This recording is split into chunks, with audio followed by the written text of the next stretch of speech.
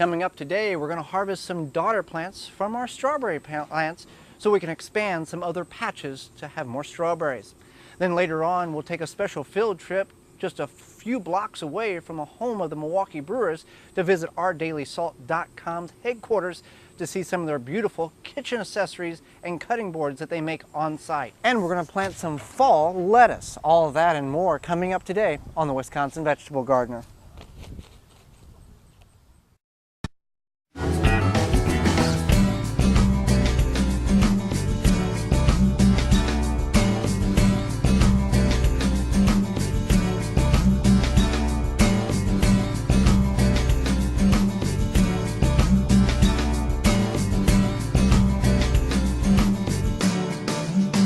Wisconsin Vegetable Gardener is sponsored in part by, for all your non-GMO, organic and heirloom vegetable, flowers, and herb seeds, visit dollarseed.com. Sioux Growing Supply, located in Wausau, Wisconsin, focusing on certified leaf compost, an excellent amendment for poor soil, retains moisture and adds nutrients, which equals less watering. Available in labor-saver pre-filled trays and pots, bag and bulk. Visit siouxcompost.com. Organic fertilizer for the health-conscious organic home gardener. Family owned and operated. Visit thewiveggardeners.com. Don't poison your soil with municipal water. Attach a body, mind, and soil hose filter. Free shipping exclusively through the WisconsinVegetableGardener.com. Just click on the body, mind, and soil icon. Authentic Haven brand soil conditioner for the home gardener. Easy to brew. Visit manuretea.com. No measuring, no thinking. Stamp it, plant it, stop plotting, start planting. Gardenstamp.com. Welcome to the Wisconsin Vegetable Gardener. I'm Joy Baird. Well, we're up in our strawberry patch because it's time to try to harvest some runners. Now, runners are the offspring who take the runners or the daughter plants, based on the terminology, and take those and plant those in a different location or expand the bed you currently have. I'll explain here. Now, there's a lot of plants in here. This is a daughter plant. Now, let me pull this out of the ground here. You can see it's got some roots already established. Now, this is basically the umbilical cord for this plant, or this daughter plant, and the mother plant is somewhere over in this area. So the way you can do this is you can take a cup of soil and you can get it in there and you can let it sit there over a week or two and let it grow into the container.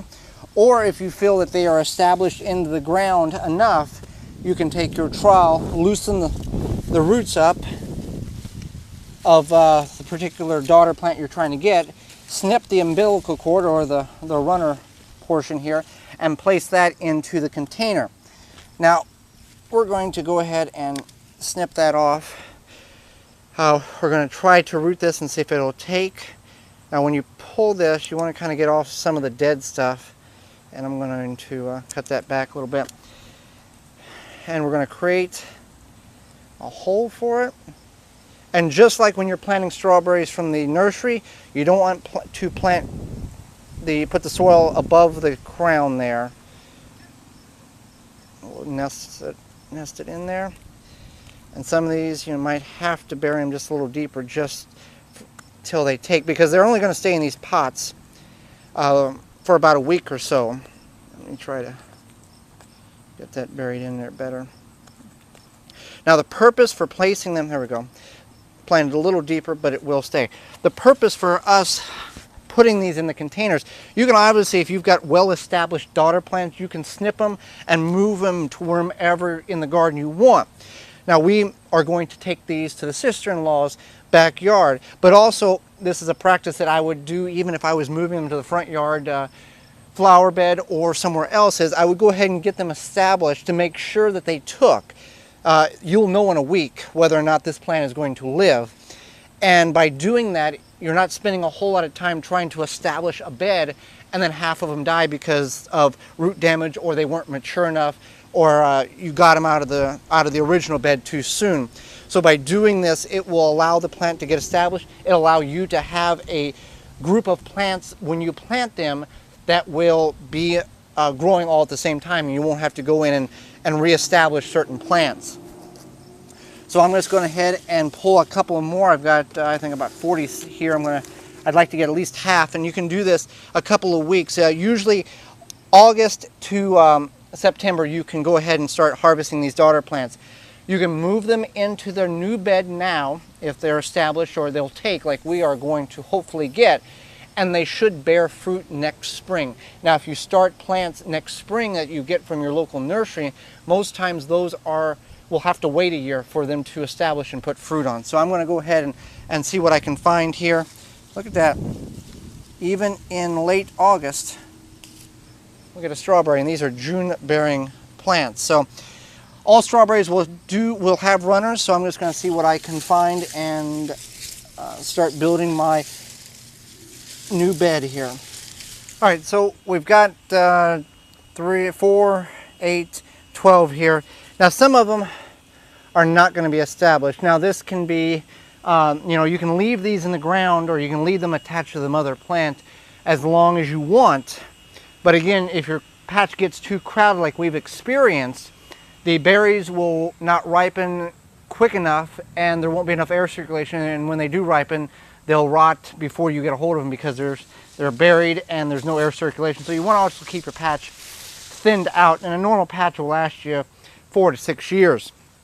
So with these daughter plants, or these runners, what we have here and what we've experienced in years past is about a 60 to 75% success rate once we've harvested them, put them in the containers, waited a week, and then replanted them. That week of leaving them in the container, that's when we realized, you can tell what's going to take and what's not. So we will take them and put them on the porch, keep them watered, and just see which ones establish themselves and which one doesn't. One thing you do kind of want to keep an eye on when you're harvesting them, when you extract them from the soil, if you can keep the clump of soil around the roots, that's best, because you want to disturb the roots as little as possible. Also, some of the roots will be white. These are red. These have not been in the soil. So some of these runners, you will have to throw out some of these runners because just the way it is. Now this is a double, or a runner that has multiple daughter plants. Now a typical mother plant can have 6 or 7 runners off of it, so don't be surprised. And it can extend for indefinitely until it quits producing. Now what I have found in years past, just experimenting with this particular project, is we're not going to separate these two. We're going to plant both of them in the containers here side by side, and leaving what I call the umbilical cord on. Now what I have found is, for whatever reason, those two plants are more likely to survive and become established in the container, and then we can move them elsewhere and then snip the umbilical cord, or the cord, or the vine between the two. For whatever reason, they decide that they're stronger together than apart. So we are going to leave those attached and see if that holds true again with this with the theory I have. Now we have 12, 14 here that we've gotten, and I can go in here and work some more, but each week for the next 2 or 3 weeks, I'll come in here and pull another 5 or 6 or 7 runners, and then bring them for a week in the container, see if they're established, and then we can go ahead and transplant them elsewhere. So collecting runners, it's a really easy way to establish another bed with the daughter plants of the permanent plants that you have in your bed, but also you will lose some of these in the transplanting process, so don't feel bad about that. So now's the time to do it. So this is our container, self-watering container of carrots that Holly planted several weeks back. Now she did a wonderful job by putting too many in this container, because you always want to have too many seeds in a container, because then you can thin them out. The reason why we want to thin them out is because it's just like if you and your family all stood shoulder to shoulder. It's very difficult and uncomfortable, and you're not going to grow very successfully. The same thing holds true with plants, whether above ground or below ground. So we want to get in here the best we can. Obviously there's going to be some that we're going to miss, but we want to get in here and try to at least have a finger width apart from some of these plants here. We'll get that one out, and you see they are starting to begin to put some bottom root growth on. Now the tops are edible, and the bottoms are also edible. Now if you had rabbits, this would be a good little treat for them when you thin your carrots. And you can see some of them are very thin, some of them are starting to bulk up, but because they are so densely packed in here, there is going to be issues with getting mature carrots. All right, what I'm picking out here, I'm not just grabbing random ones. I'm looking for ones that have very thick stalks, and then I'm kind of going around those particular roots and pulling out anything that is relatively close the best I can, because the large ones are already beginning to bulk up, and I want to give them an opportunity. Well, that's a nice one there, but also that was right next to another one, so it's okay to pull some of these, decreasing the quantity to increase the quality of your carrots or any plant. Thinning is very important, whether you're growing a tomato plant or a bean plant or root crops such as carrots. There's nothing better to use than natural utensils or cutting boards when cooking or canning. I'm here with Chef Felicia of ourdailysalt.com. Ourdailysalt.com is our primary sponsor for the Canning What You Grow series on our website. Thank you for spending some time with us, Felicia. Well, it's my pleasure, Holly. Thank you for coming. So this is your shop, and it's very nice. You've given us a tour, and over here you can see where you make the products. What are some of the tools or different machinery you have for that? Well, we're very fortunate to have a wonderful workshop, and we have all the different tools of the trade, table saws, band saws, lathes. We even have a CNC as well to make some of our products. And when people come and shop in our store at 3519 West National Avenue in Milwaukee, you can actually see products being made through our picture windows.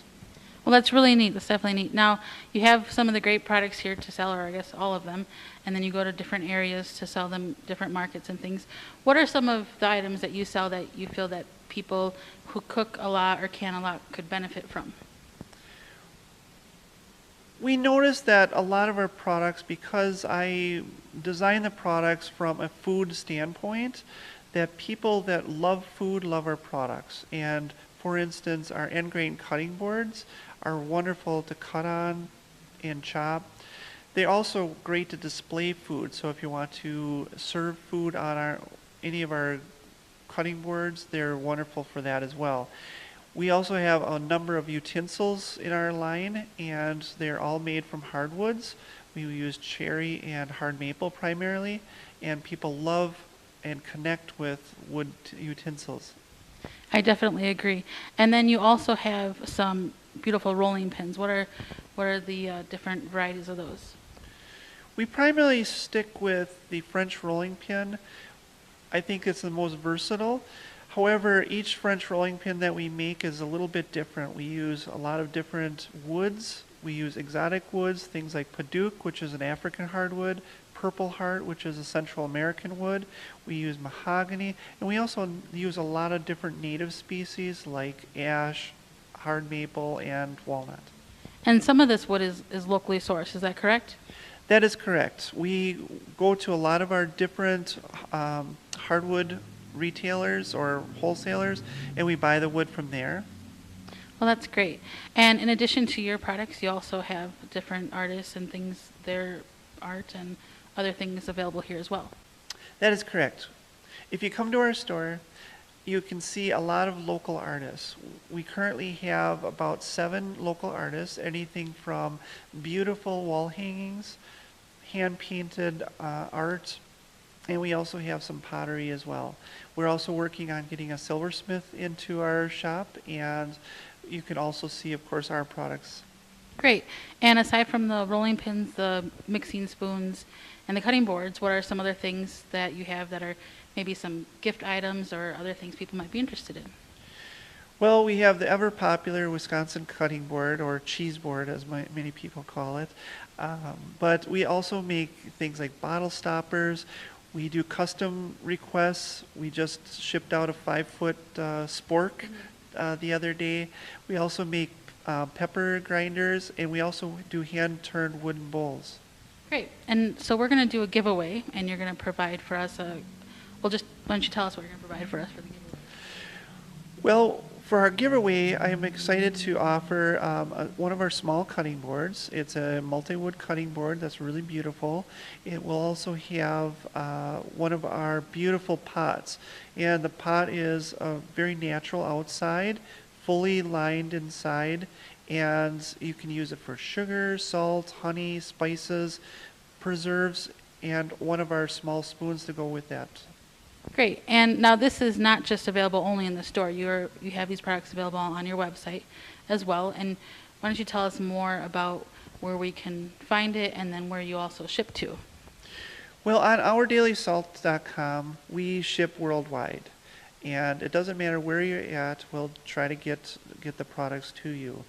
And ourdailysalt.com, we have a number of our products, but if you want to see our full product, your best bet is to come to Milwaukee, Wisconsin, and come to our store. Thank you. And we're actually going to go ahead and do the giveaway. We'll leave the information for that in the show notes, and that'll be available to people in the United States. So thank you for having us. Thank you, Holly.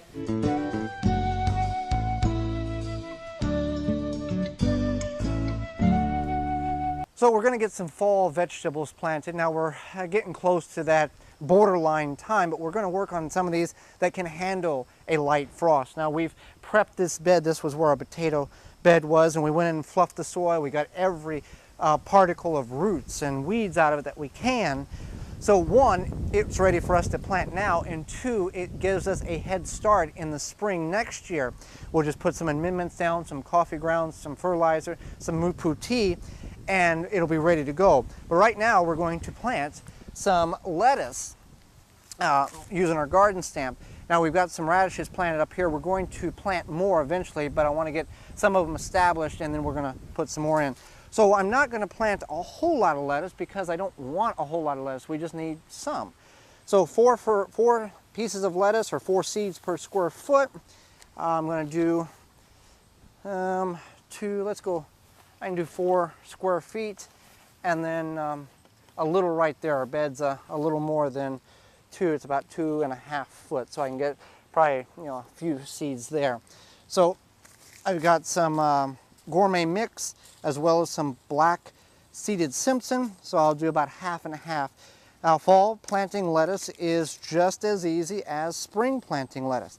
The nice thing about fall, or the disadvantage to fall planting, is when it freezes, your lettuce is done. Unlike the spring, when it gets hot, your lettuce will bolt. So lettuce is a very tough vegetable, and you should be able to get it to grow and be able to harvest it fairly well into later portions of fall, based on when your really first cold snap will happen. All right, I got those planted. And whenever you put your seeds back in the container, always do it over where you've previously planted, just in case something falls out. At least maybe you can get a bonus package or a bonus plant out of it. So I'm going to cover these off up here. Now we're having on and off intermittent showers, so first of all, the soil is very moist, so I'm not going to water this at all. If you are in a very dry situation, you will want to water it. Now also, you want to kind of wait until you begin to get the cooler nights with planting lettuce in the fall. If it's still 90 and 95 degrees in the daytime, this is something you definitely want to wait until those cooler temperatures arrive in your area. Otherwise, you are not going to get lettuce. You're just going to get bolted lettuce like you would in the springtime. So that's how easy it is to plant lettuce. I'll plant a few more over there. Thanks for watching. Join us again next time for more organic gardening and food preserving. I'm Joy Barrett, and this has been the Wisconsin Vegetable Gardener. For more information, please visit thewwisconsinvegetablegardener.com.